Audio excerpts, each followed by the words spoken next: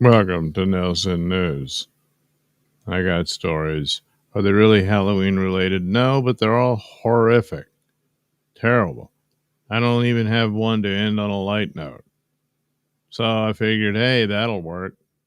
It's terrible. Terrible news.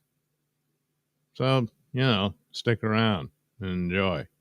If I'm able to, I might even draw a picture later, but I can't promise. I hurt myself at work, so I'm not in the best of shape.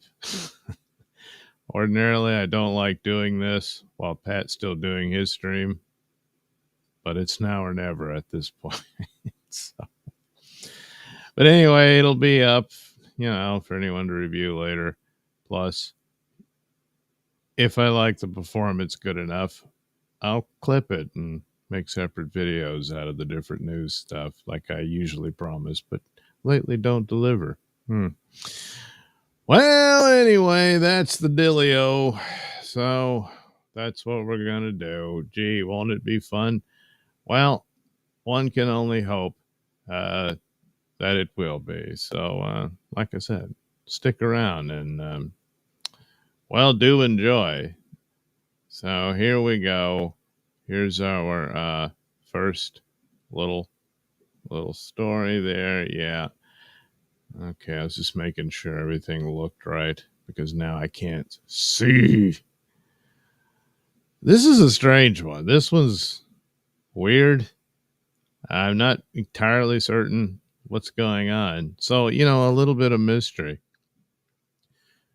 Texas judge publicly reprimanded for cloak and dagger behavior against DA and bias toward death penalty defendant who slaughtered family. Oh, well, all right then. A local judge in Harris County, Texas, has been sanctioned over her cloak and dagger behavior in a high-profile capital murder case. In July 2014, Ronald Haskell, 45, shot 7 members of the Stay family. The Stay family. At their home in the broader Houston area while searching for his ex-wife.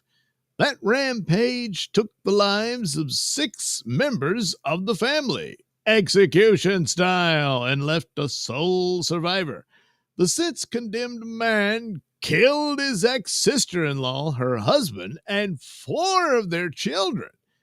His ex was not at the residence. So he was out to kill his ex-wife and killed just about everybody else but her. Well, in October 2019, Haskell arrived on death row in the Lone Star State. His execution date has yet to be scheduled. I don't know what the holdup is. In June 2024, 351st Criminal District Judge, or Court Judge rather, Natalia Cornholio, I need TP for my bunghole, signed a bench warrant that was used to start the process of transporting Haskell to a private medical facility for an MRI. The warrant, however, contained a reference to a court date that did not exist. And according to the commission, this was the first of Cornholio's efforts to shield Haskell's movements from public knowledge. The information on the bench warrant itself might have been a clue. The document read in relevant part, the case is set on the court docket for July 22nd, 2024 at 12 a.m. in the Harris County District Court. Of that would be midnight hearing. The Ethics Board notes, no court proceeding was scheduled in State of Texas versus Ronald Lee Haskell. It was the survivor of the massacre that initiated proceedings. So the surviving victim had to go, hey, what the hell's this? The survivor herself received a notification about Haskell's transfer from a public system that monitors and alerts about such developments. Well, thank God for that. I mean, I've seen other cases where you got somebody locked up and because he assaulted his wife or ex or what have you, and then openly threatened he would kill her, you know? Then I think this was a case, I can't remember exactly where, but it was during COVID. They said, oh no, COVID's a risk. We got to let the guys out of jail. So they let this guy out. Guess what he did? Went over to the girlfriend's house and killed her, but nobody told her that he was being let out. At least here in Texas, you get some notice about movements of this, monster. So at least that part of the system worked, in this case. In August, prosecutors moved to subpoena Haskell's transportation logs. According to the public reprimand statements of facts, Haskell, in response, moved to quash the state's subpoena. And luckily for him, the judge overseeing the case was Cornholio herself. On September 12th, 2024, Haskell moved to stop the state from looking into his movements. On September 14th, 2024, the judge granted the motion and quashed the subpoena without affording the state an opportunity to be heard. In October 2024, the Harris County District Attorney's Office, a bit fed up, filed a motion to recuse, not rescue, recuse Cornholio from Haskell's case. That motion accused the judge of issuing a bench warrant for Haskell to be transported for a court setting, knowing the information to be false. The DA's office also accused Cornholio of issuing ex parte travel orders in a cloak and dagger manner that prevented the state from challenging her actions, and of quashing the DA's subpoena seeking information about the matter without affording the state an opportunity to be heard.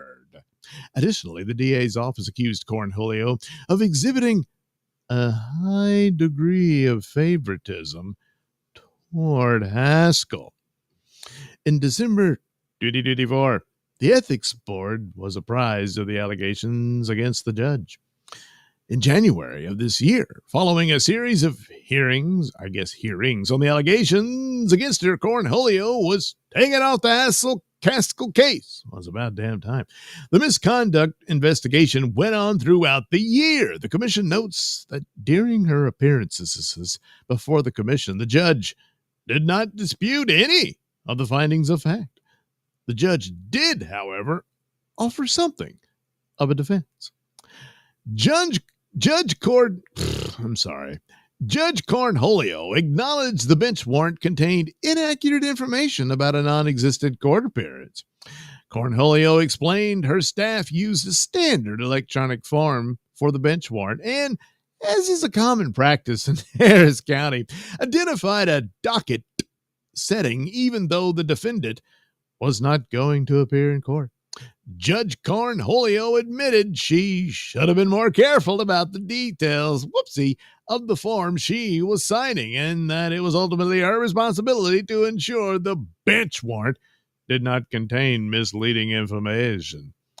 Cornholio, for her part, also admittedly said she granted the motion to quash on a weekend without affording the state an opportunity to be heard, but insisted she no longer issues rulings without a hearing involving the parties to a case or without making sure the parties have agreed to a ruling absent a hearing. The commission determined Cornholio violated 3 canons of the Judicial Ethics Code and 1 section of the Texas Constitution by performing her judicial duties with bias and manifesting by words or conduct bias in the performance of her judicial duties towards Haskell when she signed and issued the bench warrant, knowing it contained false information about a non-existent court appearance, and by failing to afford the state an opportunity to be heard. Cornholio's failures in the foregoing respects constituted willful and persistent conduct that is clearly inconsistent with the proper performance of her judicial duties and cast public discredit on the judiciary and on the administration of justice. Well, you can't help but agree, I would think. So what the hell? I mean, the first thing that comes to my mind is, well, do you think she's got a thing for this guy? You know, is she one of those broads who thinks, they just got a thing for men in prison? You know, like, well, he's kind of trapped there, and this is a great opportunity for me to just, fix him. This is one I could fix. Could that be it? Does she remind him of something? I mean, he looks like a beast to begin with, but maybe that's the deal, because she's kind of cute. So this is, Beauty and the Beast or Cutie and the Monster, Maybe it's something like that. I don't know. She says, whoopsie, I made a little mistakey poo. And then I did it again. I don't know, but could be she's just an incompetent moron. You need more details about how does she, compose herself or what have you during other cases and whatnot? Is she always sloppy and stupid? Or is there something about Haskell, I mean, when he's in court and stuff, he's all yes, ma'am, no, ma'am, yes, sir, no, sir, and all that, like his ancestor, Eddie Haskell. It's probably something like that. Those Haskells, and, he charmed her. Maybe that's the case. All righty. So there's the judge and Mr. Haskell. Yeah. Nodex here to tell you to hit the like button. It's not a bad idea. Why don't you do that? You might as well. I mean, you're here. Go ahead. It won't hurt. It won't even hurt the button. As I've said repeatedly, it likes to be hit. Don't ask me to explain it. I can't. But, it's what happens. It's just the way the world works sometimes. And don't get creeped out about it. It's not you. It's it. But that's how like buttons work. They're there to, be like buttons. Yeah. Yeah. Where am I? Oh, yeah, there I am. Okay. Well, our next story is, it's weird and very gay and murderous. So there you go. A gay murder. It's not a happy murder. Oh, no. Oh, it's not. Anyway, it's an international story. This takes us over to London and England, So there you go. Well, London, Britain, whatever. You get the deal. Killer who murdered couple and dumped their bodies in suitcases on Clifton Suspension Bridge, jailed. Well, yes, I would expect so. So there's the murder victims. They were a gay couple. They were married, I think. Anyway, and then apparently, let's read the story. A killer who murdered two men in London and dumped their dismembered remains in suitcases near the Clifton Suspension Bridge in Bristol has been jailed for life with a minimum term of 42 years. He's 35, so 42 is, it's not really life. Anyway, Yostin Andres Mosquera, it's almost like mascara, 35, killed civil partners Albert Alfonso, 62, and Paul Longworth, 71, on July 8th last year in their flat in Scots Road, Shepherd's Bush in West London. the Colombian national was found to have repeatedly stabbed Alfonso, who suffered injuries to his torso, face, and neck, while Longworth's skull was left shattered after he was attacked with a hammer. Jeez. Mascara, who was staying with the couple, then decapitated and dismembered them, froze parts of their remains, and took the rest in suitcases to the bridge. A jury at Woolwich Crown Court unanimously found Mascara guilty of both murders. I would think so. Wouldn't just say, oh, he only killed one of them. No, he did both. Sentencing him to 2 life sentences for the 2 murder. Oh, well, okay, so then it's like what? Would it be 84 years then? I don't know. Anyway, let's see. 2 years to run concurrently. Yeah, all right. So that's how that should come out, right? Is that math right? Yeah. Anyway, Paul Longworth and Albert Alfonso were a settled, affectionate couple. It was their tragedy that Yosten Mascara, came into their lives. Tragedy? Well, yeah, I guess they never should have met this guy, but he's a murderer, but anyway, so the judge jailed Mascara for 16 months after he admitted possessing at least 1,500 Category A photographs or pseudo-photographs of children, including videos along with 750 Category B images and 4,000 Category C images. I don't think we need to know what the categories entail because you could probably guess. At his sentencing, Mascara was also jailed for 16 months for possessing at least 50. Wait, you're repeating the same thing, right? Yeah. Okay, we get the deal. Images of children. So that's the suitcase. Oh, boy. Jeez. So the court heard that Alfonso enjoyed extreme sex and that he had met Mascara, who was part of that world, online a few years earlier. Alfonso was stabbed during a filmed session with footage played in court that showed Mascara asking, "Do you like it?" and also singing and dancing after the attack. Good Lord.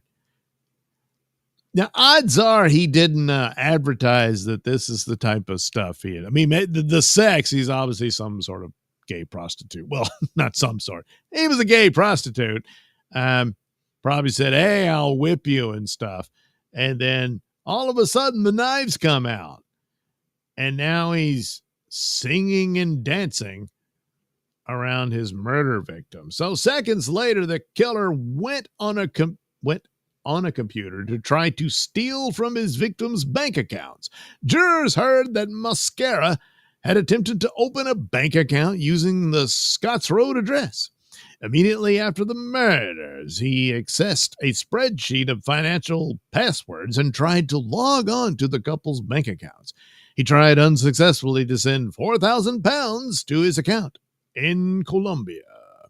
Prosecutor Deanna Here KC told the court that Mascara's plan had been to throw the suitcases off the bridge to dispose of the remains after the calculated and premeditated killings. Mascara admitted killing Alfonso, but claimed it was manslaughter by reason of loss of control. Oh, okay. You see, it was only supposed to be these theatrics for the whole, sex games and stuff. But then whoopsie. So he pled not guilty to murdering the 2 men. Now, so far, all we got here is that he and Alfonso were into it. I don't even know if the other guy was even in the room. He probably walked in, hey, what the hell? And then now he's dead. Was that an accident too? No, I'm pretty sure that it wasn't.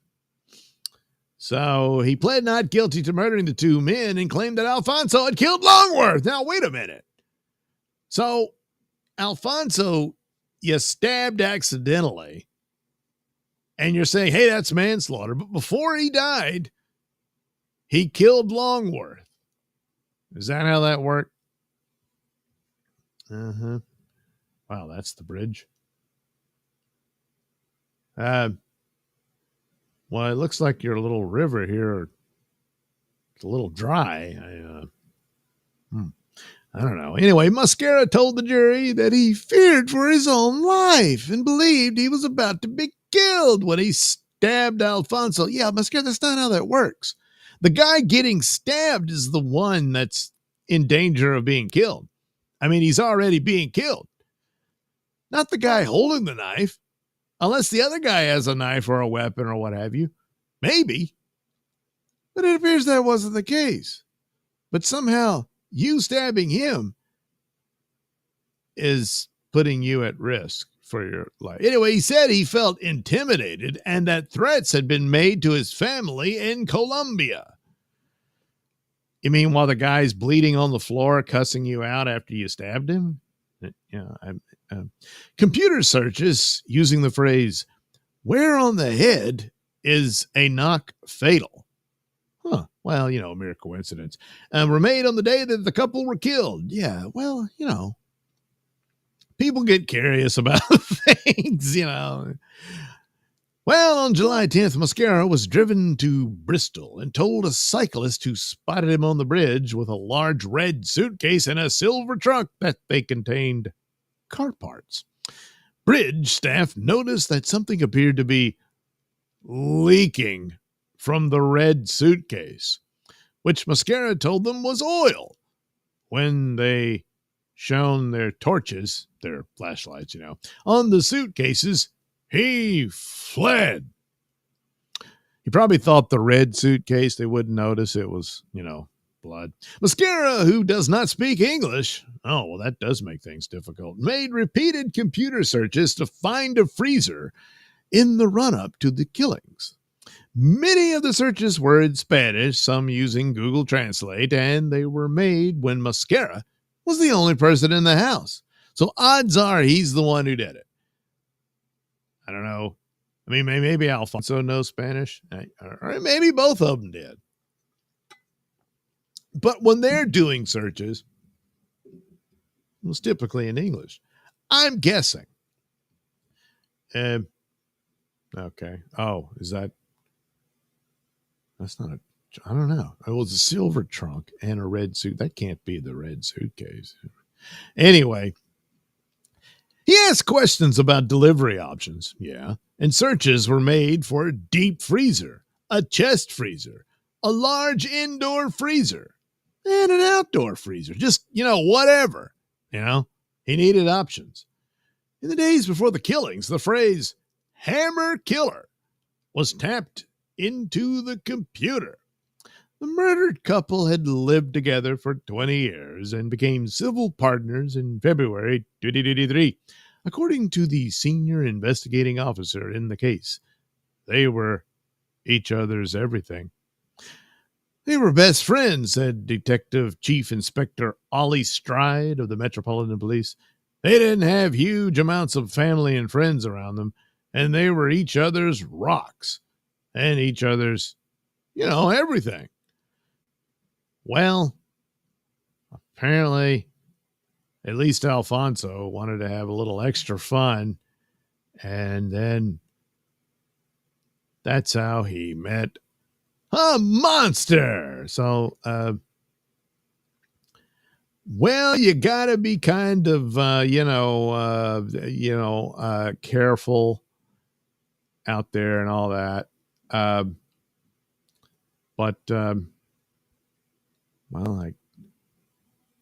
guess he wasn't, You don't know what's out there.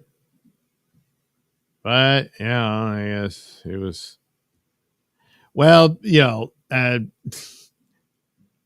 it didn't work out. Yeah. So let that be a lesson to you. You don't know what you're getting into, blah, blah, blah. And I'm assuming they could communicate with the guy because he said he couldn't speak English.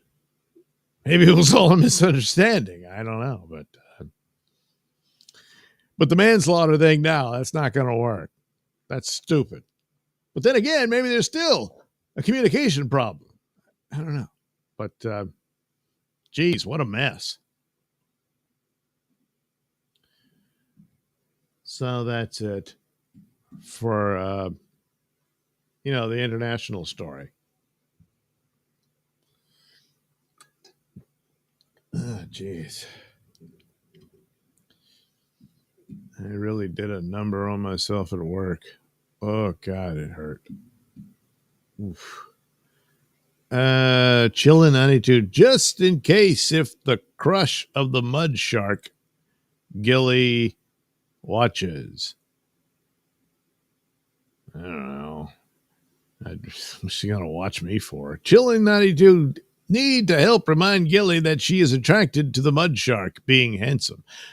Really? Oh, so that's the next one. Yeah, I kind of thought of that earlier on. I thought, yeah, she might hook up with mud shark, I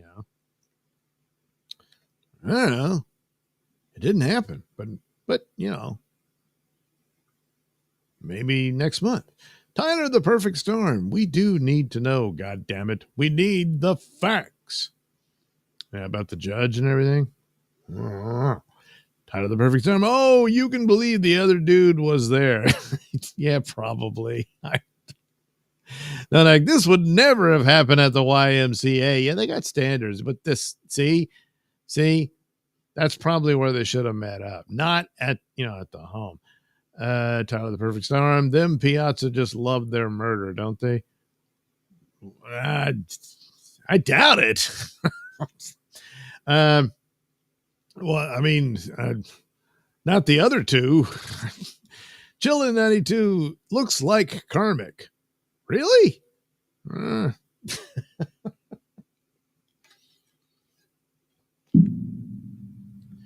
Oh, Chillin' 92. The mud shark is Gilly's weakness.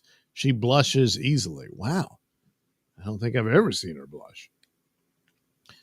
Something about mud shark. All of a sudden, after, dating karmic, she's probably ready to move on. I don't know. Speculation, of course. Hey, you never know. It's the holidays. The magic might return, and that'll just be wonderful, won't it? You're all just jealous. You don't have what they have. Blah, blah, blah, blah, blah, blah, blah. All that. You know it's true. Stop lying. You're jealous.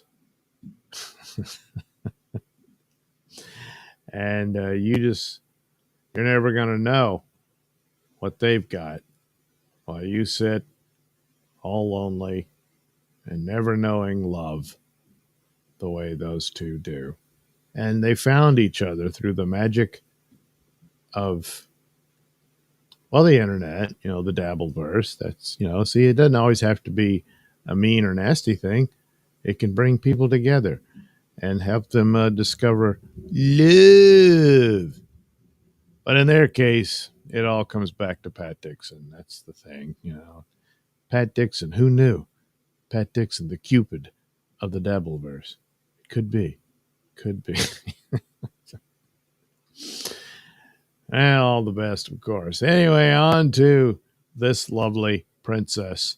Look, she made a mistake, all right? Come on. Teen in Lexus hit 124 miles per hour in the seconds before crash that killed an attorney and permanently injured her mother. I said, I'm sorry, okay? God. A Florida woman who was 19 years old when she allegedly crashed her Lexus into a local attorney's minivan, killing her and injuring the victim's elderly mother, turned herself into police. Sophia Todoroff,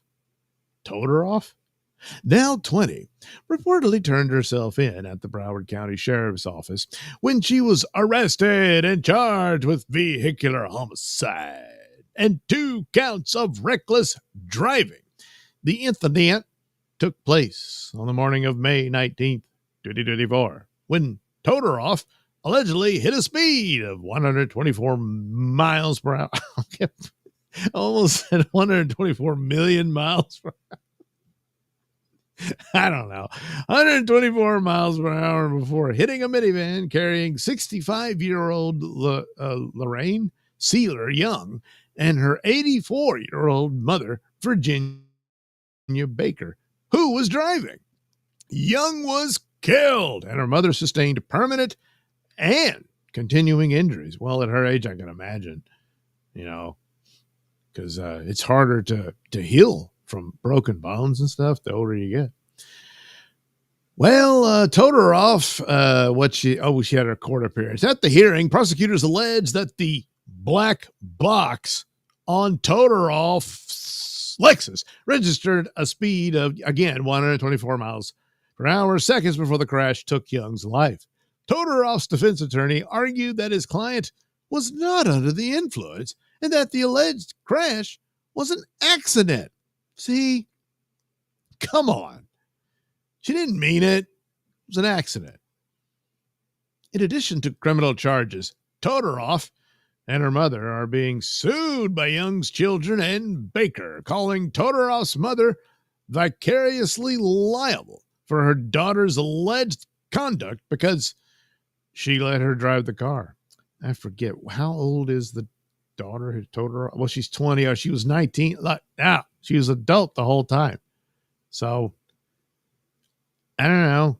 Does she have, well, let me read the rest. Does she have a record and everything? At the hearing, a judge issued a bond of $65,000 in order that Todoroff avoid driving any motor vehicles if she is released, because she won't be able to do that while she's locked up. Yeah. Anyway, she was also asked to surrender her passport, sure, and wear an ankle monitor. My guess is she'll have to wear the ankle monitor if she can cough up to $65,000. Oh, she couldn't, so she remains in custody at Broward County Jail. Uh-oh. Well, what you gonna do? What you gonna do? Well, she's just gonna sit and stew until a court day, So, not enough details here with suing the mother.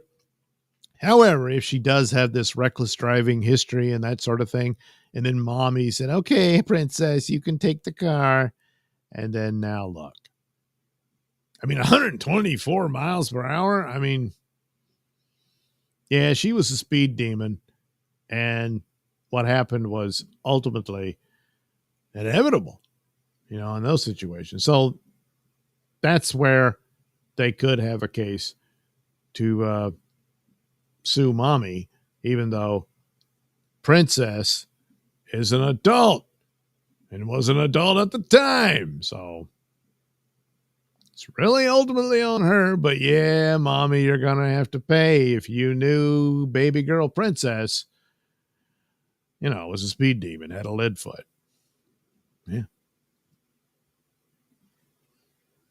Boop, boop, boop. Yeah, too bad she's cute, though, That's, it's like, come on, it was an accident.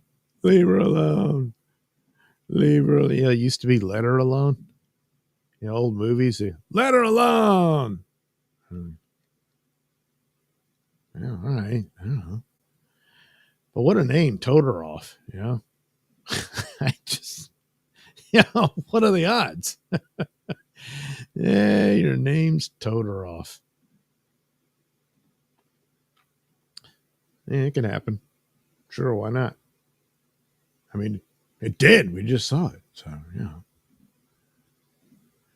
there we go. Oh, boy. Speaking of, traffic and all that, we got another one. Another, didn't mean it. Not really. Kind of, sort of. But, these things happen. That's the thing about traffic. it's what, well, lots of things about traffic irritates me, but the one terrible fact is you can do everything right and still die horribly. Yeah. Unlicensed speeding driver plows into vibrant singer celebrating her birthday, then leaves her to die on the street. Yeah, I looked into this guy because I was looking for the mugshot. All they had for the article was this picture, from the profile. And I was like, I don't know. And I did a mock-up of him in a car. And I might use that in the edit later. But he's been without a license for a long while, and he's been all over. He even had he was busted for battery in Florida, I guess, beating up a girlfriend or something. A Wisconsin man is behind bars after he hit and killed a woman celebrating a birthday while speeding, and with his license revoked before driving away. Shanton Lay, 34, stands accused of knowingly operating a motor vehicle with a revoked license. He's like, oh, I forgot. No, you knew. While causing death and hit and run, resulting in death. Well, police officers responded shortly before 12:30 a.m. October 11th for a call about a pedestrian struck in the 7200 block of 76th Street. Well, cops arrived at the scene and found Kiera Travis unconscious with labored breathing. First responders tried to save the victim's life, but she died at the scene. Investigators reviewed video showing the woman crossing the street and then stopping in the median. As she walked into the northbound lanes, a dark-colored vehicle driving at a high rate of speed entered the camera frame and slammed into her. The driver continued northbound and did not stop. Around 2:40 p.m. that same day, the suspect flagged down a Milwaukee cop standing outside the District 4 police station. He identified himself and said he was the driver in the fatal accident. I fucking killed somebody, he allegedly said. Lay said he panicked and fled the scene. He told the cops where he parked the car. He had been driving his girlfriend's Mazda. Cops located the vehicle, which had extreme front-end damage.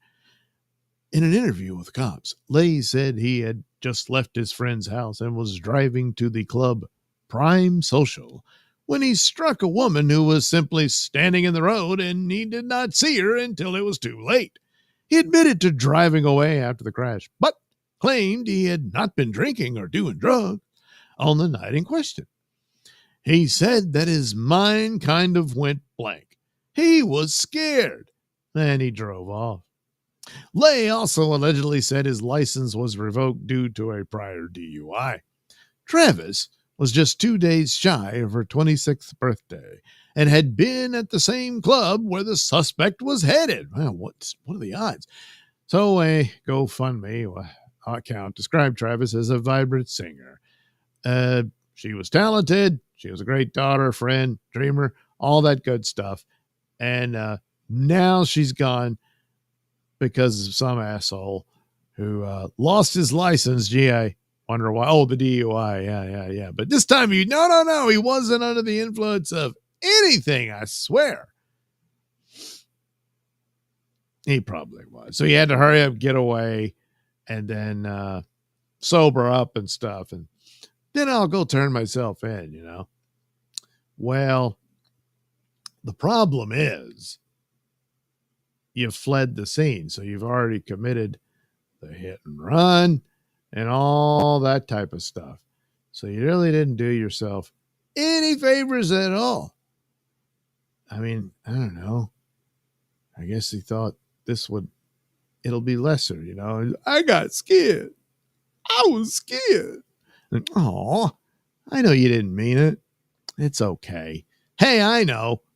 Maybe some community service or something. You can go talk to the kids at the driving school. You know, don't do what I did because it's bad. No, I don't think so. I think he's probably in a lot of trouble. I'm no expert, but you know. Well, this next one, this will fit for Halloween because he could have been a character from one of those old slasher movies in the 80s and stuff. I think so. It's just me. Yeah. Again, no expert, but I've seen a lot of those movies, so I'm kind of an expert. I mean, why not? Why can't I just let me have one thing, damn it? Yeah. All righty.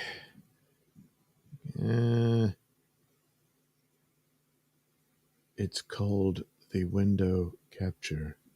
Yes. So anyway, I mean, I don't know. Is the guy really a murderous person? Well, he's accused of it, so let's just say he is. I mean, oh yeah, I keep forgetting this. It's vitally important. All suspects are considered innocent until proven guilty. But, you know, especially when most of these guys, like that last one, literally saying, I fucking killed somebody. So what am I supposed to do with that? Other than saying, that's what he said. Yeah. That seems fair. That's fair. Oh, well. So anyway, I don't know. Is it just me or does this guy look like, you know, a horror movie character? I think so. I think so. No, really, I do.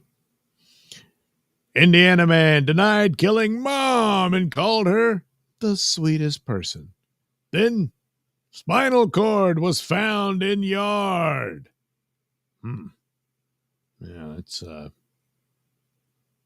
going to be a tough one. Yeah.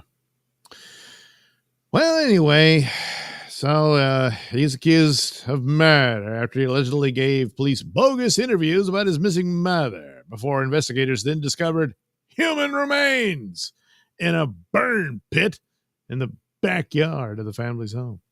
Indiana State Police announced in a news release on Monday, October 6th, that Nicholas Yates had been arrested and charged with murder in connection with a missing persons case that was first reported on Sunday. Police have not yet identified the alleged victim. Well, it's his mother, so everybody involved will figure it out. But, well, anyway, the local affiliates and whatnot reported that investigators believe the remains found on the family's property belonged to Yates' mother, Cheryl Yates, who has been missing since. Yeah, pretty good guess, you know, unless all of a sudden, like, you know, like, I don't know, Perry Mason would do their Matlock or something, and then burst through the courtroom. I'm alive, you know, but then who's the remain? I don't know. It was just always there.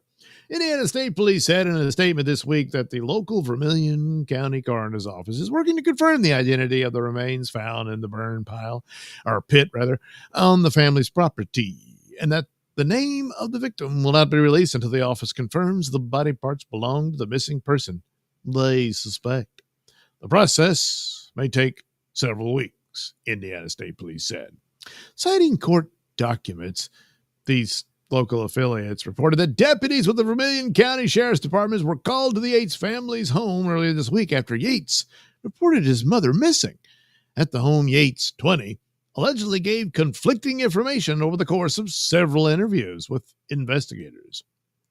Upon asking Nick if he knew of anyone who would want to harm his mother, he advised, no, she was the sweetest person. Yates told detectives that he last saw his mother on October 3rd and that he had been trying to call her phone. However, Yates also told police that his mother left her phone, purse, and wallet at home. According to the affidavit, police became suspicious and asked Yates about why he would be calling a phone that was left at the house and then asked to see his mother's cell phone. Yates then reportedly told investigators he sold the phone because he needed the money.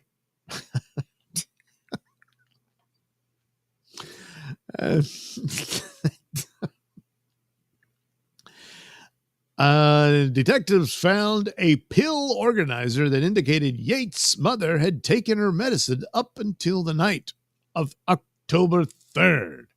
While searching the backyard, investigators allegedly found a smoldering pile of papers in a burn pit, as well as what appeared to be human bones.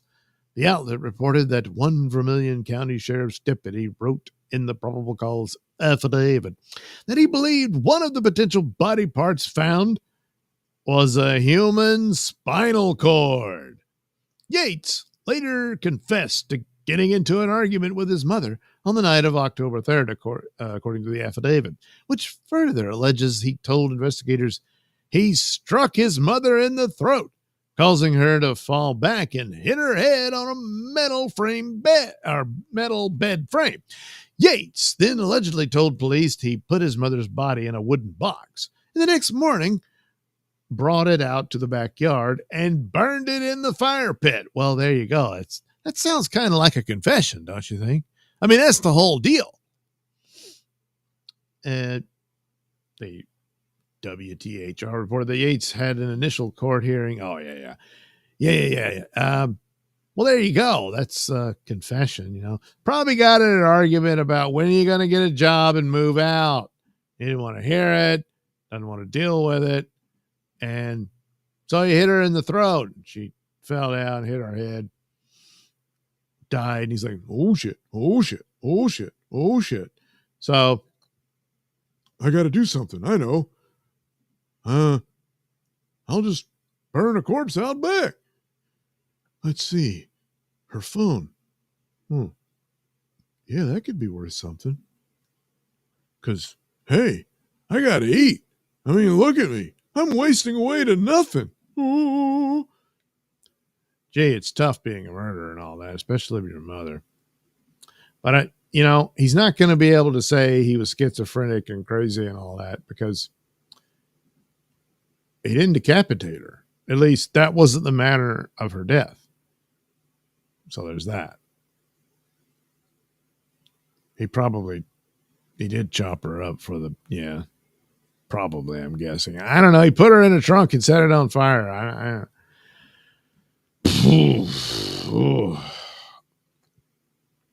Nodak, 19-year-old has a Lexus. Sheesh. Well, mommy's Lexus. Yeah. No, mom's car. Yeah. So that's the deal. It's mom's car. Mom's going to get sued. And I'm guessing strength of the case would be she already has a record for, speeding and all that kind of crap. Nodak, the worst thing about traffic, Steve Winwood. Title of the perfect storm. Not too many people die in F-350 Super Duties unless they go head on with a Mac doing 80. Chillin' 92. No need for trick-or-treating. Simple solution. Get a bag of candy at a local grocery store and enjoy eating the whole bag. Happy Halloween. Yeah. Title of the perfect storm. Always burn twice. Yeah, but he'd look at him. It's a fat, lazy slob. He's just like, I'll get to it, all right? And then the police knock on the door. And, who? Oh, wait, he called them. Said, Mom's missing. And then they ask him, well, what happened here? Blah, blah, blah. Yeah, you're lying. Frank asks, do you ever have guests on your show, Doug? Any thoughts on Task's hand tattoo? Not really. Barely even looked at it. Yeah, I've had guests in the past. Haven't lately. I guess I should do that. But, it's just time constraints and stuff. I hardly have time to do anything. And now I'm all hurting and stuff, and I got these reviews I want to do. I sat through these horror movies, and I saw this one. It was good here. It was bad there. See what you think. Whatever. Bye. I got to do that. Oh my God. And I'm all hurting. It's horrible. I feel bad. I need someone to feel sorry for me. Well, thank God I got these stories of murderers and stuff, Because, it could always be worse. Oh, wait. Just noticing. Sometimes you need to check your phone. It's the responsible thing to do, Just give me a minute, or maybe it might not even be a full minute, just a second or two. Let me take care of this. No problem. Yeah, there we go. All right. There, see? I take care of stuff. Because, when I can. Except I took care of that. That's about the best I can do at the moment. Holy crap, do I hurt. But as the song goes, Nodak, Pat was on not that long. Yeah, I know. I didn't want to go while his show was on, but I was like, I don't think I'm going to be able to do it later. Oh, crap. I'm supposed to do a comic book show. It ain't happening. It'll have to be a Thursday. I already got the mock-up and graphics and everything, so it'll work. Yeah, it'll be Thursday. Sorry about that. Supposed to do Doomcock's show, and especially since he had to skip last week because he had a personal emergency to deal with. I don't know that I'm going to be able to do it. Jeez. How can it be worse now than it was, Sunday morning when I injured myself? I don't understand. Because then I went back to work. Yeah, I didn't feel great, but I got through it. On my feet. 8 hours. Mostly. I did sit down a couple of times. Okay, I cheated, but still, for the most part. I mean, if I go lay down, I'm going to fall asleep and mess up my whole sleep schedule. Yes, I do have the weekend off. Surprise. I managed to secure that. But of course, I'm going to be miserable the whole time. I ain't going to make no Halloween parties.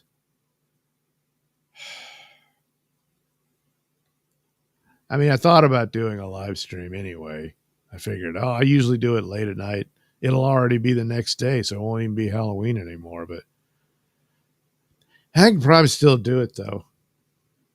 I thought about playing my Halloween audio plays, the old ones I did. I was just going to play the first one, maybe put in another one, and then draw while it's playing. I could probably still do it, but I can't promise crap. Nodak, I feel sorry for you, Doug. LOL. Well, thank you. See, somebody cares. Get Ape on the show. I would, but I have no way of reaching her. Besides, even me, as sweet and nice as I am, my guess is she don't want anything to do with streaming anymore. And I think she remarried or something. I thought I heard that. So she's probably moved on. Hopefully some guy who likes outdoor stuff, fishing and hunting and stuff, that would be the guy for her, Frank, I probably can get you Dave Sarah. Yeah, all right. But I mean, it's a matter of, will I be available? So I appreciate it. It's a good idea. That would be something to do. Time of the Perfect Storm. Every day is Halloween. Well, especially in October. That's true. Part-time planting. Oi. Part-time planting. Thumbs up. And there we go. See? Everything thumbs up. Okay, well, another murder. We'll take a look at this. I mean, come on, it's Halloween, and this is the best I could do. What was I supposed to do? Look up stories claiming this house is haunted or something like that? Um, well, that's my other little thing I do for the Nailsin Show. Perhaps, but maybe not. And did a whole series of those on that show. And, it's fun. Did I believe any of it? No, not really. I mean, every now and then you get a story that's, well, I gotta admit, that's kind of weird. Oh, that might actually be something. I don't know. And I don't know. So, come on, stupid move. Ah, there you go. Wow. Sometimes things do work. Here, let me show you what I mean. See, I was trying to get him just close enough to the edge. And then he did. And you can even see the headline and everything. Thanks, Magnus. Yeah, his name is Magnus. Weird, huh? In the movies for the X-Men, they said Magneto's name was Eric. But in the comics, can you guess what his name was? Magnus. Yeah. New details revealed about murder of Melissa Mooney, the pregnant model who was found bound and gagged in her refrigerator. Okay. So prosecutors are sharing more details about Melissa Mooney's murder. During a Los Angeles court hearing, prosecutors claimed that Magnus Humphrey, 43, and Mooney, 31, were involved romantically for 5 days before her September 2023 death. Attorneys said that the two were introduced by Humphrey's estranged brother. Estranged? Well, they were mad at each other, and he said, I know. I'll hook him up with this girl that it's going to end up, yeah. Mooney's friend, Kirsten Dossett, testified at the hearing that although the pair had only known each other for a few days, Humphrey had become obsessive. That's my girl. That's my woman, Humphrey would say about Mooney, her friend testified, adding that in the 5 days they were together, they rarely were more than a foot apart. Humphrey also made comments about marrying the model, who attended a family barbecue with him. 5 days. Well, they say love at first sight, can happen and all that. Also at the hearing, Los Angeles Police Department forensic analysts and detectives testified that Mooney's body was found in a refrigerator. Well, yeah. I mean, do you need a forensic scientist to figure that you just open the refrigerator and there she is, Right. She was bound with electrical cords and fabric from a dress, and a piece of clothing was shoved 3 inches into her mouth. Good Lord. Additional evidence presented in court showed that Mooney had clumps of hair torn from her head, as well as bruising on her body that suggested she had been whipped and beaten. Bryce Hunt, a medical examiner with the Los Angeles County Coroner's Office, said that Mooney's cause of death was homicidal violence. Probably so, yeah. That's a good guess. Probably caused by asphyxiation. Investigators have not said whether Mooney was alive when she was placed in the refrigerator. Oh, good Lord. So he tied her up, beat the living crap out of her, probably threw her in the refrigerator, and she was possibly still alive and suffocated in there. Ooh. District Attorney and Antonella Nistorescu said during the hearing that the murder was a cold, calculated, premeditated act of violence. Yeah. No motive has been suggested. Well, I think it's obvious. Insanely jealous, immediately obsessive about this woman. And she was like, it's only been 5 days, I was just looking to get to know you. And I think I know enough now. I'm going to move on. And he lost it. And, well, so I'm guessing that's what they got. But, oh, wait. Nestor Rescue said that Mooney and Humphrey may have had a dispute over money. A relationship of 5 days? Humphrey's public defender, Michael Lambros, argued that the case against his client is thin, stating that no one witnessed the killing and no one who knew the two witnessed any suggestion from Humphrey toward Mooney. Additionally, Lambros argued that the DNA evidence showed that Humphrey was at the crime scene and that he had had sex with Mooney, but didn't prove he murdered her. All the evidence we have is his mental state, is that he cared very deeply about this person, that they talked about getting married. Well, maybe he talked about it, but anyway. By the end of Thursday's hearing, a judge ruled that there was enough evidence for Humphrey to stand trial for the torture and murder of Mooney. The Times reported that Murphy is eligible for the death penalty, but it's California, so forget about it. But the Los Angeles District Attorney's Office has not made a decision about whether they will pursue it. They won't. The LAPD said in a previous news release that officers responded to a welfare check for Mooney at her LA apartment on September 12th, 2023, at approximately 3:54 p.m. local time. When officers arrived on the scene and searched Mooney's apartment, they found the 31-year-old dead inside.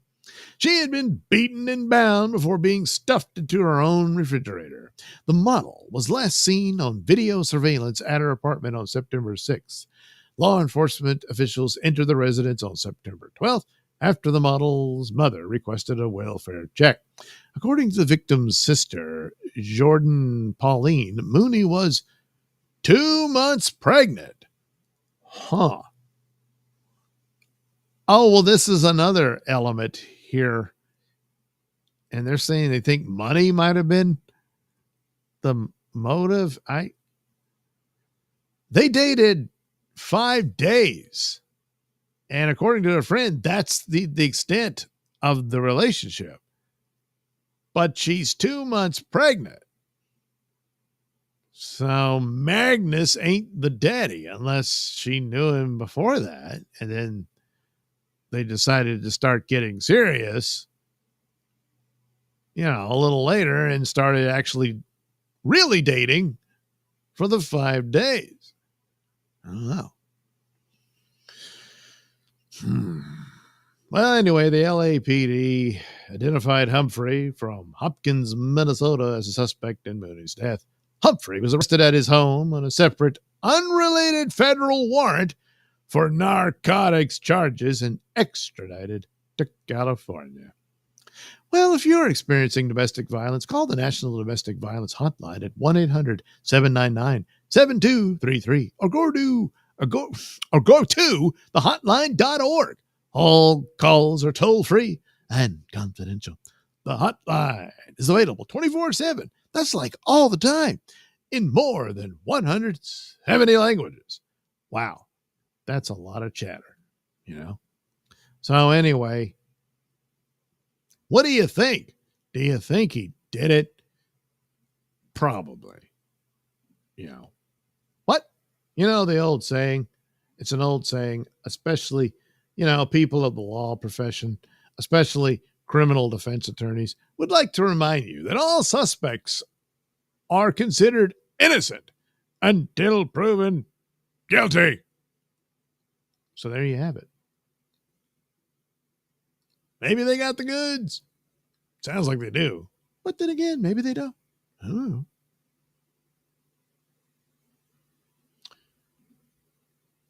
All right. So long, Magnus. It's kind of like, remember Magnum P.I., the original?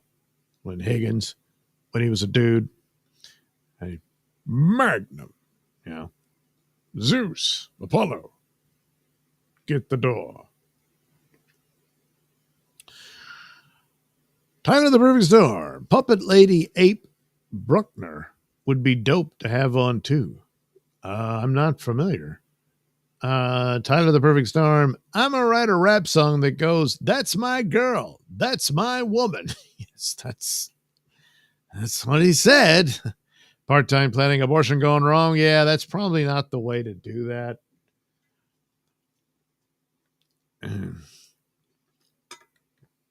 I've never heard of the procedure where you beat the crap out of the expectant mother, gag her with parts of her dress, tie her up, and shove her into a refrigerator.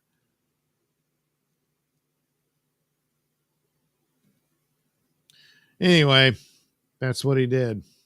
You know, some people, you know. But that's probably the deal. I don't know. Maybe he found out she was already pregnant with some other guy's baby.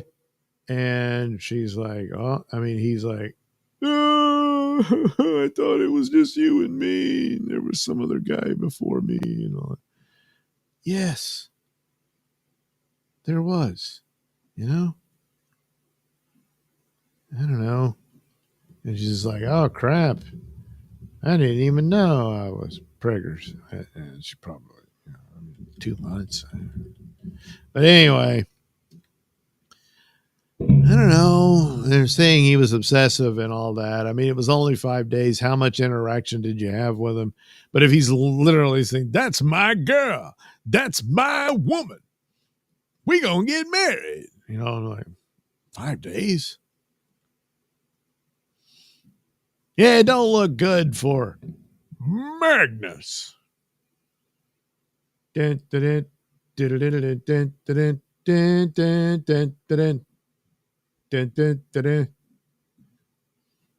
Eats dad realizes his son is missing from car and keeps doing deliveries to prevent rating from going down. Well, you know, he's a dedicated entrepreneur, you know. Plus, he's got to make that money to, you know, take care of his kid.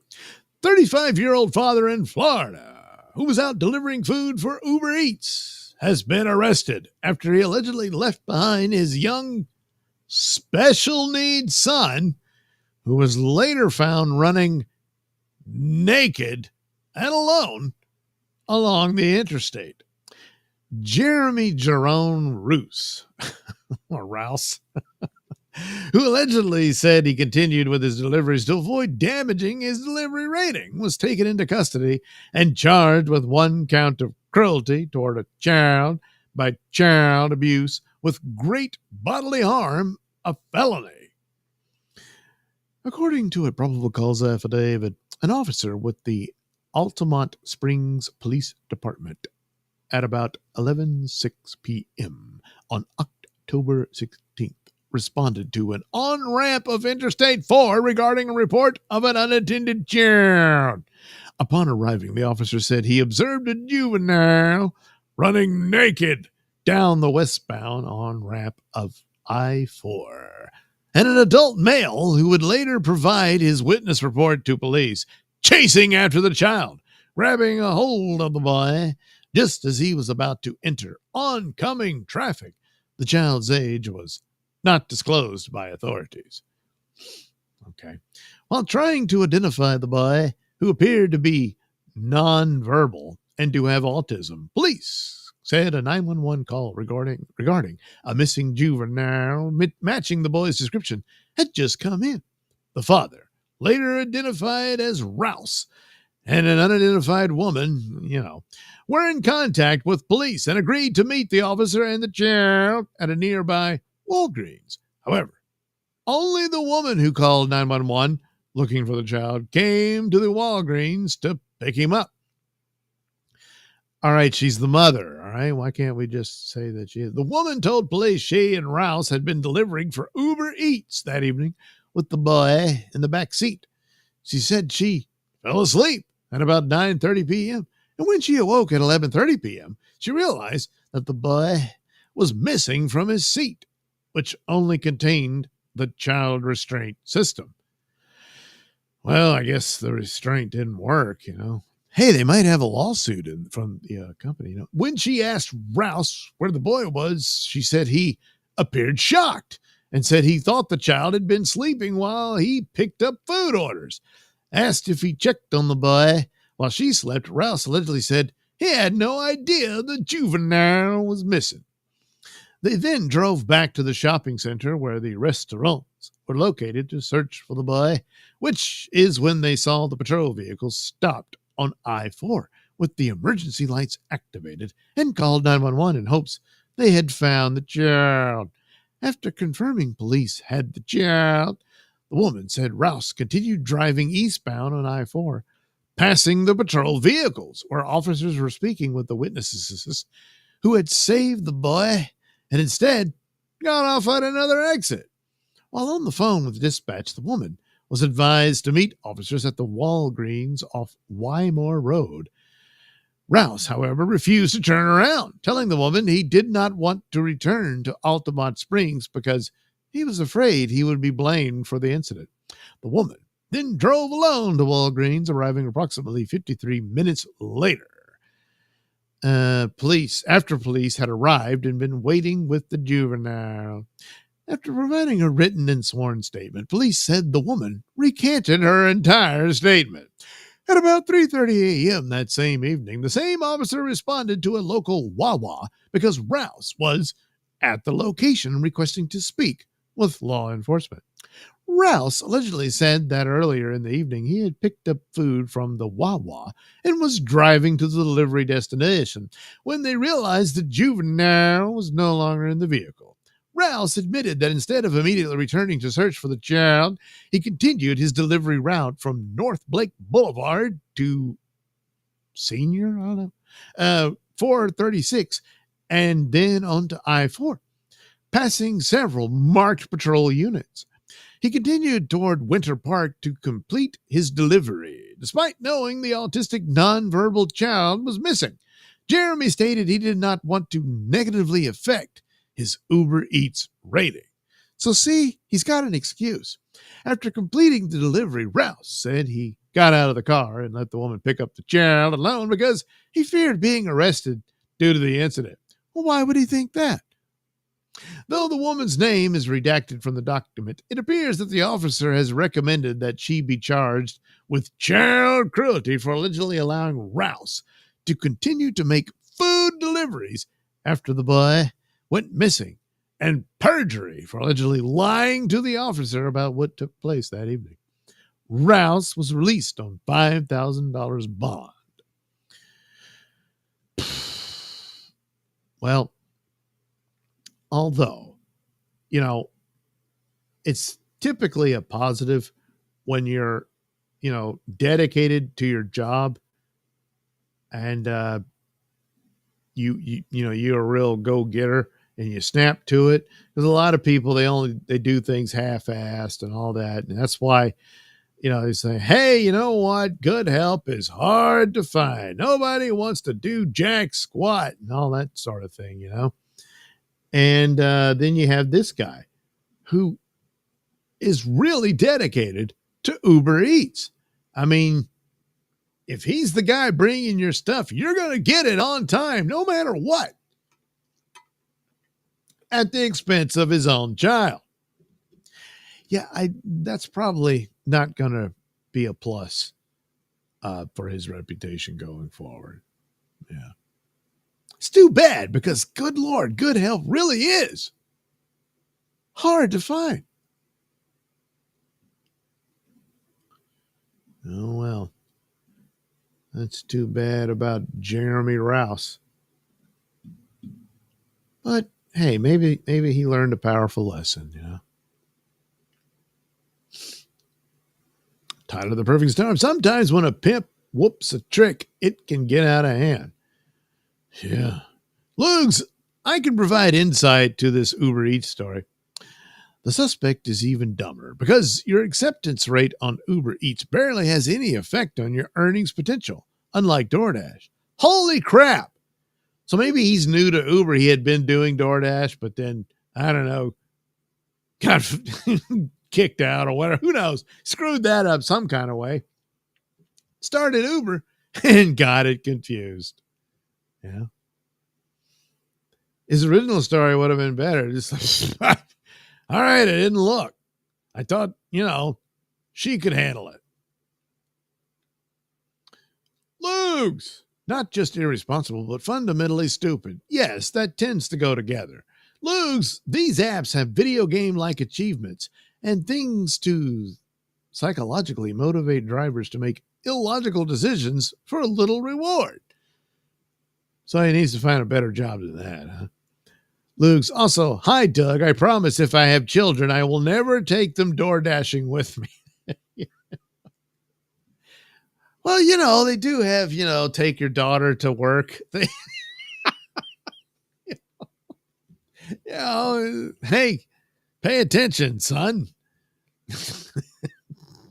You can learn from the old man. And the kid's running around naked. I guess he just threw his clothes on. Of course, maybe he lost his clothes after he did his Houdini act to get out of the restraint while dad was, bringing sandwiches to some house or whatever apartment. And mom's sawing logs, And so he just slipped out and there went the clothes. And off he went running down the interstate, Lugs! I see them making their kids carrying the tray of drinks and stuff. Bums me out. Yeah, they're like, make yourself useful, you burden. Yeah. It's always nice going into someone's home, huh? Used to, people cared about how things might look. Maybe I need to pick up a few things. At least, gee, I hope there's no skids on the toilet. Just come on, the basics. And, but such is not the case. So it's like, DoorDash and Uber, all that, Uber Eats. You guys, you had the same experience as police officers, Walk right into a crap-filled living room, sometimes literally. The stories. Speaking of crap, daughter locks up 77-year-old mother with dementia and Alzheimer's. Oh boy, a double whammy. Yeah, the dementia is due to the... Anyway, in bedroom and refuses to change her dirty Pampers. Pampers? Does Pampers make the adult diapers? I just, I don't know. I guess they're in the diaper business. Anyway, meet Janet.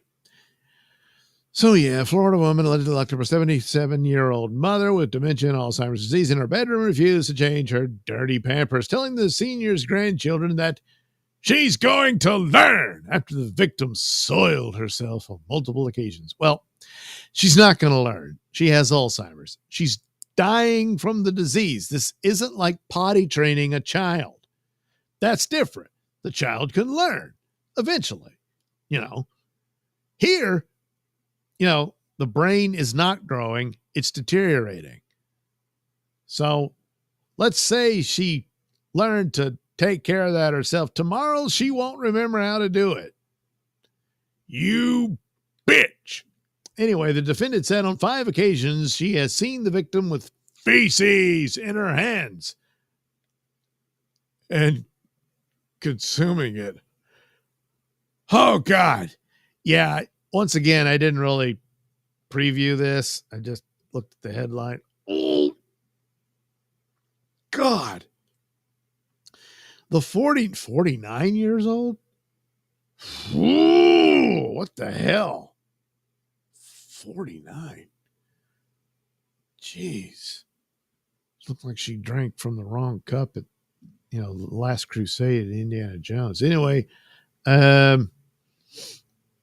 And the 49-year-old is charged with neglect of an elderly or disabled adult and battery on a person 65 or older, with their own children accusing her, oh my God, of slapping their grandmother around and purposely leaving her to fend for herself at the home they shared in Hialeah.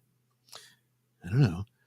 She's going to learn because she is always doing this, Edwards allegedly told her adult son after he stopped by their residence to check on them in May 2025.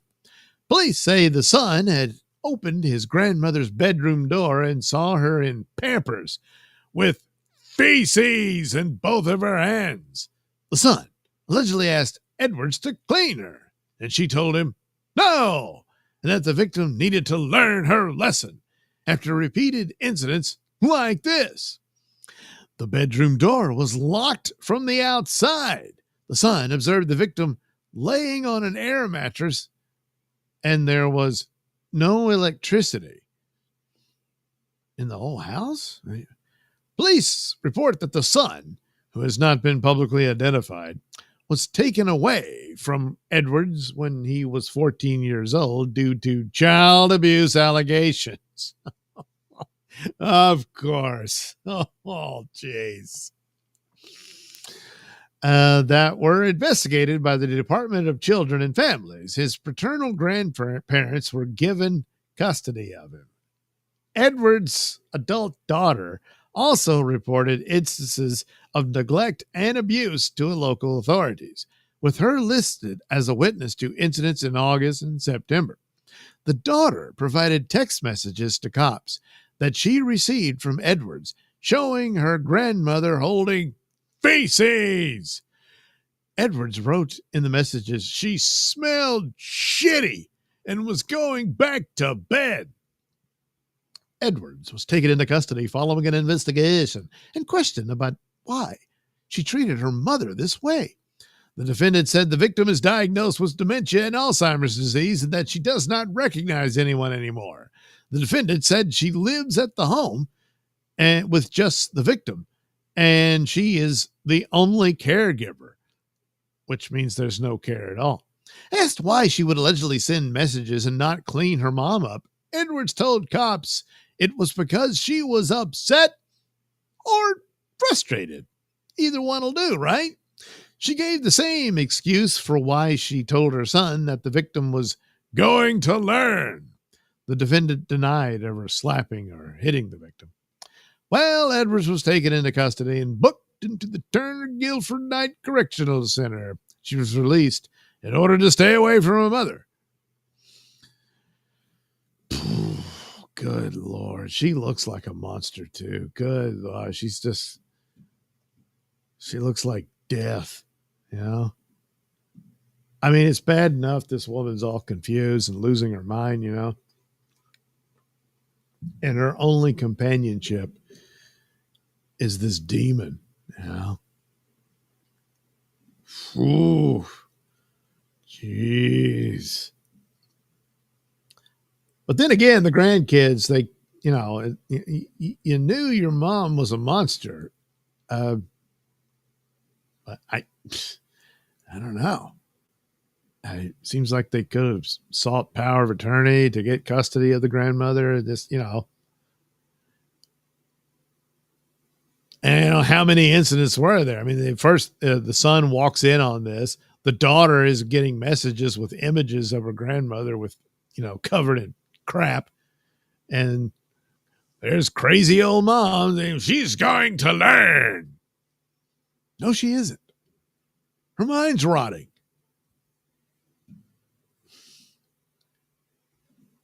You bitch.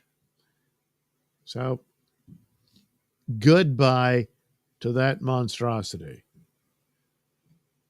Oh, man. I'm her only caregiver. No, you aren't. You didn't give care at all. You can't be bothered. What about me? When you were taking care of your kids? Well, we know you lost custody of your son because God knows what you were doing to him. I have to take care and be responsible for this kid. because I couldn't shut my legs. Lugs, when I heard the kid was running around naked, I imagined like a 15-year-old. Assumed the apple didn't fall too far from the tree, LOL. Yeah, well, they didn't reveal his age, so yeah, he could be that old because, he's got problems. Lugs, just a family of developmentally disabled go-getters. Possible, but then that could be the mitigating circumstance and say, oh, poor guy, he's messed up in the head, so, well. Lugs! I've delivered some very surprising places. Funny enough, I generally rather deliver to a squalid apartment or trailer park than have to serve college students. Well, yeah. Lugs, poor people make surprisingly expensive orders on Uber Eats. Yeah, that's odd, isn't it? I mean, most of that you would think, I just need to get something. I'm not feeling it. I'm not going into town to go to the grocery store or whatever. I'll just call Lugs to bring me something. Lugs, get me some Popeye's chicken. Anyway, Tyler the Perfect Storm, damn, her own kids rat-faked on her. Yeah, well, she earned it. Lugs, but college students want like a single ice cream cup from Dairy Queen.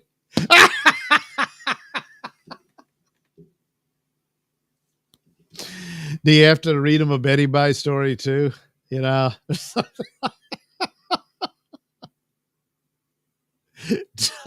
the Perfect Storm. We're ordering you to stay away from your mother because you're in trouble for staying away from your mother. Yeah, that's how it's going to work. Well, unfortunately, but then maybe not. It kind of fitting. This is the Nailsin News Halloween special. Don't you feel special? So there's no light note, a light story where things aren't so terrible. No, these were all awful. People dead all over the place. A poor old woman suffering from dementia, covered in her own feces. Stuff like that, all because her bitchy daughter doesn't give a shit. There's just nothing good going to come of that. So this isn't going to do much better. But I don't know. Maybe there's something special about this girl. Is it just me? Probably. But still. She's just got this, I'm having a bad day, okay? But all dolled up, she, maybe. Look at her little ear poking out. Isn't that cute? Woman flung Kroger shopper off hood of her car, then dragged him over 300 feet to his death after fender bender in grocery store parking lot. It can happen. Yeah, it's always in the eyes. It is there. Oh, boy. An Ohio woman who reportedly got into a minor accident in a Kroger parking lot allegedly killed the man involved when he tried to confront her. Yeah, just get the license plate. Don't, well, too late now. Anyway, Danielle Henry, 34, sits behind bars without bail in the James Carnes Correction Center on several charges, including aggravated vehicular homicide and involuntary manslaughter. Henry was reportedly involved in a minor traffic accident on August with Ibrahim Diakite, I guess. I don't know, in the parking lot of a Kroger grocery store in Westerville, a northeastern suburb of Columbus. Police said Henry allegedly fled the scene and Diakite pursued her in his car to confront her. According to court records, Diakite followed Henry in his own vehicle to an intersection near the parking lot. While both vehicles were stopped at a red light, police said Diakite got out of his car and stood in front of Henry's as he attempted to stop her from leaving again. He reportedly climbed onto the hood of her car. You're messing up here, Diakite. Over a fender bender. Look, he died in this, but this is going to be looked at as mitigating. She's probably going to get a plea, get it pled to manslaughter. But So at this point, you're like, okay, this guy freaked her out. She shouldn't have fled the scene of the fender bender and all that. He's pissed. But really, he should have took her license plate and reported her and leave it at that, not chase after her and jump on top of her car and all that. But then things take a turn. Police said that while Diakite was still on the hood, Henry suddenly accelerated to 45 miles per hour, which flung Diakite off the car and onto the road. Well, all right, he's going to suffer some injury from that. But then, oh no, Henry then allegedly ran Diakite over. Jeez. And dragged him 300 to 600 feet. Well, okay, we can forget about manslaughter. And yeah, Diakite was taken to the hospital where he was pronounced dead. So Henry was arrested and charged with, aggravated vehicular homicide, involuntary manslaughter. Involuntary. She ran him over. I mean, I guess the way it happened, he was on the hood, and as she went forward, he fell in front of her, and she,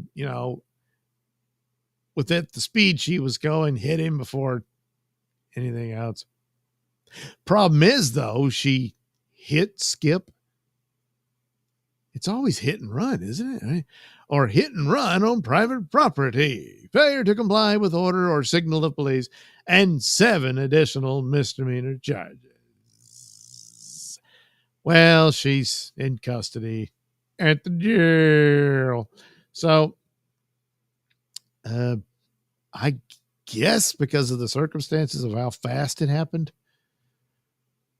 but and I was freaked out. I was so panicked when he jumped on my car. I didn't know what to. Oh man, don't do that.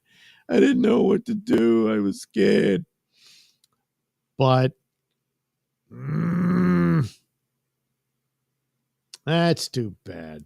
That's too bad, Danielle. It really is. But it's even worse for the dead guy, Sure, there was better ways to handle this.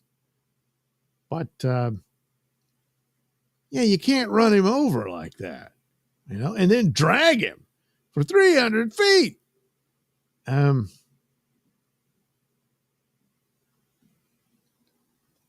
Look, I admit, I could see a little cuteness there, even though she's not at her best. It's looking really bad there in that mugshot.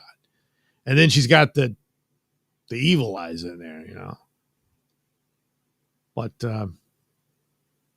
there's no fixing this. She's going to do some hard time here. I mean, what are you going to do? A hit and skip. Hit and run, she fled the scene. Is there an option to where you hit somebody, you get out of the car and you skippity hop away and that becomes hit and skip? I don't know. I have to confess, I haven't heard it described that way. I always just heard hit and run. That's what she did. Okay, she didn't literally run. She drove away. But hit and skip? I guess it could be hit and flee. You leave the scene. Hit and skip. I don't know. It's not really all that relevant, but I don't know. I got stuck on it. So there you go. There's your prime characters for tonight's Nailsin News Halloween special. That's all I got. Oh, wait. I know what I could do. Yeah. There we go. See? Isn't that cute? Oh, there. Now, don't you? You're in the holiday mood now, aren't you? Now I'm going to have to put a Christmas. Well, I got to get a turkey or something. Put it in here for next month. And then, of course, a Christmas tree. Oh, boy, won't it be nice? I probably won't remember to do it. But I got those jack-o'-lanterns. That's something. Oh, well. Okay. Yeah, I read that one. Lugs, want to see the old bag now? Too bad. Yeah, that's probably what the judge will tell him. Lost your privileges. Yeah. Yeah, I don't think she saw it as a privilege. All she ever did was bitch about it. Like a bitch. Time of the perfect storm, you got to get your fingers hooked under the hood. You got a good grip, or you're getting tossed like a rodeo clown. Yeah, I guess so.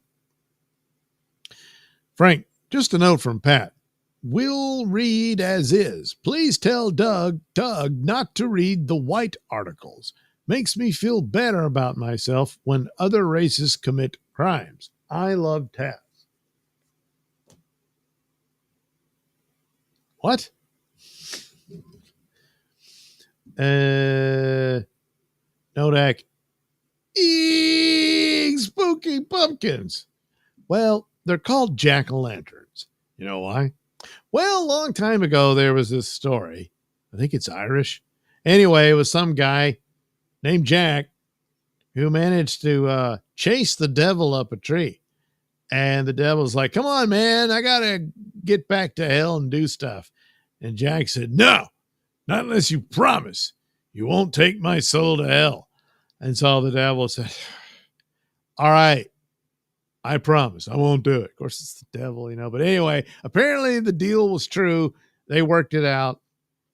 And that's that. And so Jack's like, ha, ha, yeah, I'm not going to hell. But then eventually when he died, you know, his spirit's like, well, I'm not going to hell. So get ready, heaven. And heaven said, no, man, you ain't coming in here. What do I do? I don't know. We don't care. So his spirit wanders the earth because he can't go to hell. He can't go to heaven. So he's just sort of wailing. And he lights his way with a lantern made out of a hollowed out turnip. Yeah, it wasn't a pumpkin, which you could see why that would be better. You know, I don't know, a turnip. I don't even think you could. I guess originally someone really good at it could carve a face in that, hollow it out, put a candle in it. But eventually, that morphed into a pumpkin. Probably when, it moved over to America. I can't remember the whole thing. But anyway, originally a turnip about a guy named Jack who didn't want to go to hell. And who could blame him? And he knew he was a piece of shit bastard. So that's why when hey, look, that's the devil. I'm going to chase him up a tree. Now, how he managed to do that and why the devil was terrified of the guy, that which tells you what you're dealing with here. I don't know. I don't know those details. But obviously he was a bad dude, even worse than Corn Pop.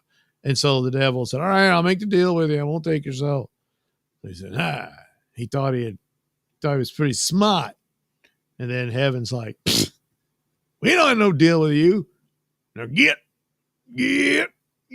around here. And so now he's got to wander around. And I guess a turnip is all he could get to make a lantern out of.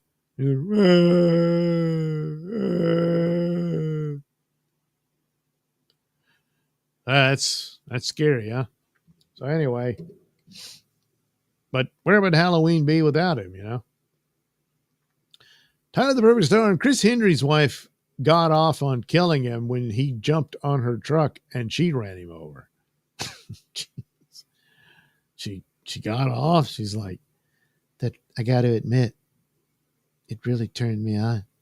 Canadian Spider-Man. Hello there, Douglas Nelson. Hello, Canadian Spider-Man. It's 3 a.m. I just got up to pee and saw you on. That's a strange sort of circumstances, Seeing me while you're taking a piss. I didn't really need to know the details, but, well, you're here, so thanks for showing up. And Nodak, I'll DoorDash one turnip. Yeah, no, that's... I'm going to need that turnip. I'm going to be wandering the night forever. He called up DoorDash. Look, pick me up a turnip. By the way, do you know how to hollow that out and put a candle in it? I'm going to need you to do just that. Okay. No super tips. Well, it happens. But I tried. So there you go. Everybody have a happy Halloween. I'm hoping to do more. And hopefully I'll feel better. I should be able to do live streams over the weekend because I'm not going to be working. So that'll be something. But God, this pain. I'm going to have to go take some ibuprofen and deal with that. I don't know about Pop Culture Breakdown. There will be a show. I just don't know if I'm going to be on it. Because plus I'm having horrible trouble getting sleep. You know? It's terrible. So it's just bad all around. It's all because I planned ahead and thought, hey, I'll take that weekend off. That'll be cool. And I'll get all this stuff done. No. So far, not working out. I was even, the plan was to do a Mr. Nailsin show for Wednesday. I was going to send it over to Radio Misfits and all that. That ain't happening. Maybe I can get it out on Friday to be the Halloween show or something. I don't know. But look, I did this, and I'm going to tape my reviews and stuff. So there'll be, oh God, I got to do a New York Post stories thing. Or no, this time I'm going to do New York Daily News. That's what I'm going to do. But I don't have the voice for it right now. It's all, you can hear it going, it's all ratted out. So later. Hey, Thompson, can we get gruesome murder stories next time? I just gave you gruesome murder. Those are pretty nasty. And there was that woman covered in her, well, she didn't die, but she was covered in her own poo. That's nasty. Canadian Spider-Man, we love seeing you on PCP. Yeah, it's fun to do, but I hopefully I can get there. Hopefully I can make it. A. Thompson, I like it when delivery drivers get sacrificed in the basement of the customers. Good Lord. That'll be the next horror franchise. DoorDash. Maybe they'll call it DoorDashed. I don't know. Nodak, you missed some pretty gruesome stuff tonight, eh, Thompson? You sure did, but it'll be up forever, I guess. I don't know. Yeah, probably. Plus, the idea is that I'll clip this, or I'll probably just do it again, tape it, add in stuff. I don't know. I'm obviously miserable, so I'm going to take off. But anyway, thanks for showing up to the show. I greatly appreciated, and I'll try to do it again. Door slash. There you go. Yes, that's the next franchise right there. Door slash. Coming to a theater near you. Well, you don't want it near you because you might get slashed too. Yeah, Christmas is on the way. So there's that. I'll have to get the little Christmas tree and put it in here once I get rid of these jack-o'-lanterns. Yeah. Anyway, have a happy Halloween and all that good stuff. And we'll meet again soon. Probably for another Nailsin News. Maybe I was going to try to draw something tonight. Oh, God. That's the whole thing. I'm supposed to be the art guy, you know. Didn't even deliver that. Just failing all over the place. That's a crying shame.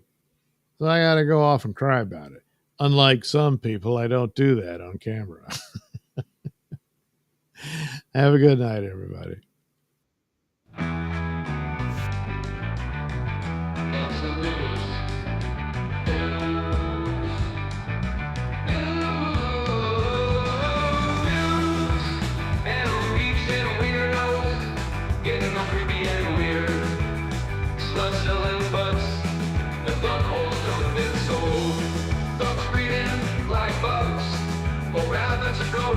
Killers, killing it. Nailsin News.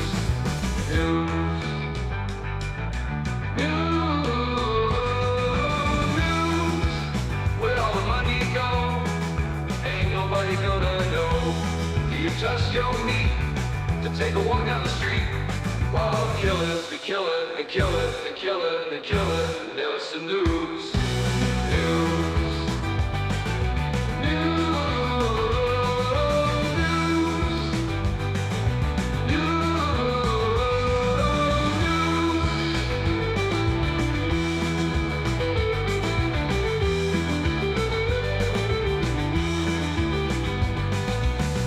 Where'd all the money go? Ain't nobody gonna know. Do you trust your meat to take a walk down the street while killers be killing and killing and killing and killing? Nailsin News.